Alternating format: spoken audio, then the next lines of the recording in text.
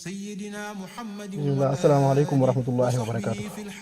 Cheikh Abdallah jërëjëf ñoo ngi lay nuyu di la siyaare di siyaare waa daara ji yëpp bàyyi wuñu kenn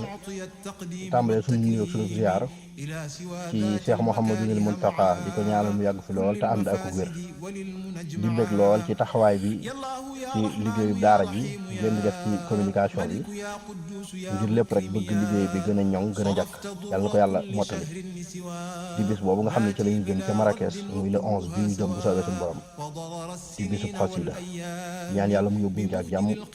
te yéen yëpp yàlla nangu ko muy liggéey bi ñu ci liggéey sëriñ bi te ci sàkk ngërëmam barkat Cheikh Saliou Mbacké xam naa kon day mel ni ci laaj bu njëkk bi rek daara ji moom defe naa fi mu toll nii ci nekk di ci yëngu te nekk ci dëkk bi ñëpp daanaka dañ ko fekk ci dëkk bi mu sasu kon daayira bu yàgg la ci daayira Fatahul Ghaffar bi mu sasoo tamit ci jamono Cheikh Abdoul Ahad Mbacké ay kilifa ya fi nekkoon doon fi jànge ñoo ko sasoon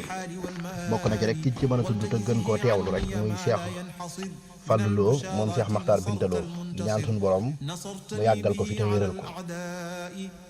muy jàmbaar lool te itam di bàyyi xel daara ji bu baax a baax ak mboolem ña ko sosoon rek booba tamit ñoom dañ fay nekkoon di jàng ñu xalaat di kon taalibe yi dajaloo ci dëkk bi di fi jàng tamatub lim war na noo mën a am ndaje mu ñuy am ngir di bàyyi xel liggéeyu sëriñ bi ak di ko jéem a dundal ci fi nu féete ca loola tamit defe naa dajale nañ fi hadiya yóbbul ko Cheikh Abdoul Ahad Mbacké ci ginnaaw bi tamit ci atum 1989 dajale nañu seen hadiya dem siyaara ji Cheikh Abdoul Khadir booba nag la leen jox turu Fatahul Ghaffar ginnaaw ba ñu sàkkoo ci moom ngir am aw tur ba mu leen ko joxee tamit daal leen koy tegal ni bu ngeen demee na ngeen di dox ci shariatul mutahhara ak xaqiqatul munawwara te loolu nag mooy diine islam rek yàlla yónnee yonente bi sallallahu alayhi wa sallam ci ñun ñu moom mooy seen royukaay bu rafet bi ngeen war a royee lu baax li ngeen di def laqad kaana lakum fi rasulillahi uswatun hasana booba kon lii rek la yonente bi woote woon mooy shariatul mutahhara ak xaqiqatul munawwara ñu cay dox tamit ba liggéey bi àgg ci jamonoy Cheikh Salih Mbacké su ma juumul hadiya bi ñu ko njëkk a yóbbu bañ ko yóbbulee da cee yéemu lool daal ci sant suñu borom xamal leen ni war nañ cee sant ndax mooy hadiya bi jóge ci réewum arab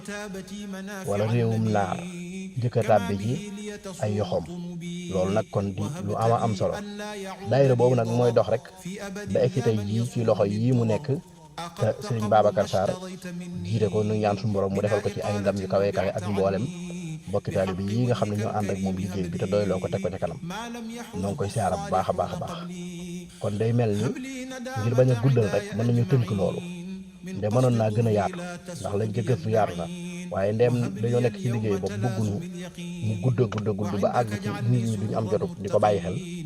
kon loolu daal mën nañ ko ci tënk ni rek du ñàkk ci yeneen yi ñëwaat dina ci am yeneen yu gën a leer